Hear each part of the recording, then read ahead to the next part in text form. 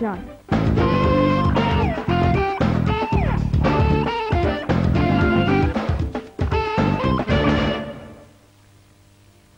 নমস্কার, আমি নৈরঞ্জনা। শুরু করছি সিনেমা এবং ছবি মুক্তির এক সপ্তাহ আগে থেকেই কালের রাখাল নিয়ে প্রচারে নেমে পড়লেন শেখর দাস।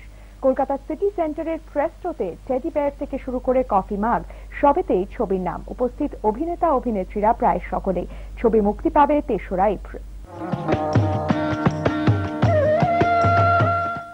আগামী শুক্রবার মুক্তি পাচ্ছে পরিচালক শেখর দাসের তৃতীয় ছবি কালের রাখাল। তাই প্রচারে কোনো ফাঁক রাখতে চান না ছবির পরিচালক থেকে কলাকুশলী প্রত্যেকে। একেবারে বলিউডি কায়দায় সকলকে দেখা গেল সিটি সেন্টারের প্রেস শোতে ছবি প্রচার করতে। টেডি বেয়ার থেকে কফি মাগ সবেতেই কালের রাখালের ছবি। আর প্রত্যেকবারই মনে হয় যে মানে আমি I have given my best, কিন্তু আরো ভালো করতে পারতাম। আর যতটা এফর্ট দিয়েছি সবার ভালো লাগবে কিনা, সবাই দেখুক, এগুলোই মনে হচ্ছে। কালের রাখাল it's pure milk, pure milk. Pure milk সব জায়গা থেকে তো প্রডিউস হয় না, হয় গরু তেঁতুল খেয়ে ফেলে, ফলে ছানা কেটে যায়, আর না হলে মিল্ক তৈরি হয়ে যাওয়ার পরে কেউ চোনা ফেলে দেয়। সো খুব যত্ন করে তৈরি একটা ফিল্ম, যার মধ্যে যারা সকলে পারফর্ম করেছেন, জাস্ট রেসপেক্ট কাজের প্রতি এন্ড ডেডিকেশন। ৩রা এপ্রিল ছবি মুক্তির দিন হাজির থাকতে পারছেন না অভিনেত্রী রূপা গঙ্গোপাধ্যায়, তাই প্রচারে সামিল তিনিও। নিজের কাছে খুব খারাপ লাগছে, আমি থাকবো না আমার ছবিতে। আমি বিদেশে আরেকটা ছবি রিলিজ করতেই চলে যাবো আর কি। এরা সে টিকিট আগে করা হয়ে গেছে, আমি থাকবো না।